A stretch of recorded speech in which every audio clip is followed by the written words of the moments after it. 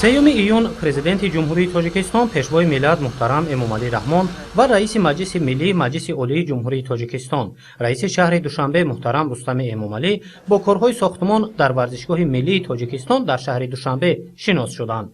انشاءات محتشم ورزشی در میدان 9.5 گکتار بنیاد یافته، در آن زیاده از 30,000 جای نشست پیش بینی شده است. بنیاد کلانترین انشاءات ورزشی تاجیکستان در ادامه تدبیرها به فراهمسازی انفراستراکچور کار و خدمترسانی سطح بلند در پایتخت کشور مساعدت میکند.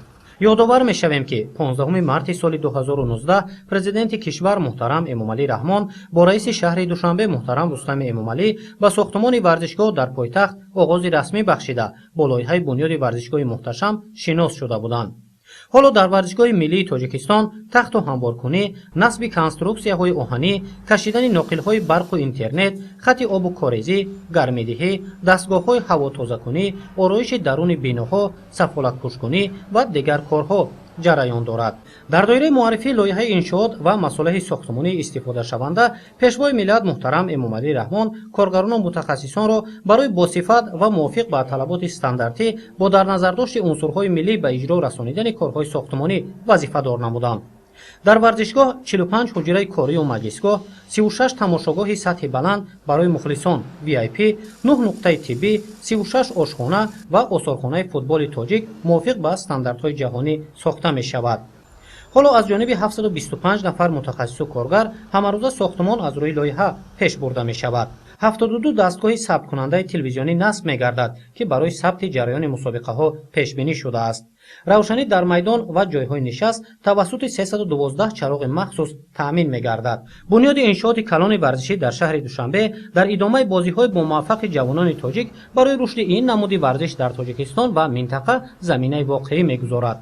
با اطراف ورزشگاه ملی تاجیکستان توسط نصب لوحه‌های آلومینی طرح زمانوی بخشیده می شود که موجهای آب را تجسم خواهد نمود. در اطراف ورزشگاه بنیاد فواره‌های زمانوی پیش بینی شده است. همزمان از بالای دریای ورزاب و لوچاب برای رفت و آمد هواداران فوتبال دو پل مطابق با طلبات لایحه‌ای ساخته شده. این مکان به شهرک معاصر ورزشی تبدیل داده می شود. در مجموع بنیاد ورزشگاه ملی تاجیکستان در اساس لایحه موافق به طلبات فدراسیون بین‌المللی فوتبال جریان داشته، در آن برای گذراندن مسابقه‌های بین‌المللی شرایط فراهم می‌گردد.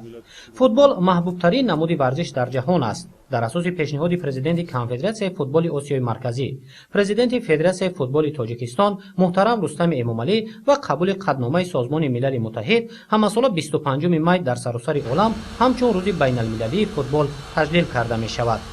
رهبر دولت محترم امامعلی رحمان با یادآوری از دستاوردهای فدراسیون فوتبال تاجیکستان فراهم‌شوی امکانیت را برای تشکل این نمود ورزش، میزبانی مسابقه‌های جهانی و ترغیب طرز حیات سالم مهم و سریع وقتی ارزیابی نمودند.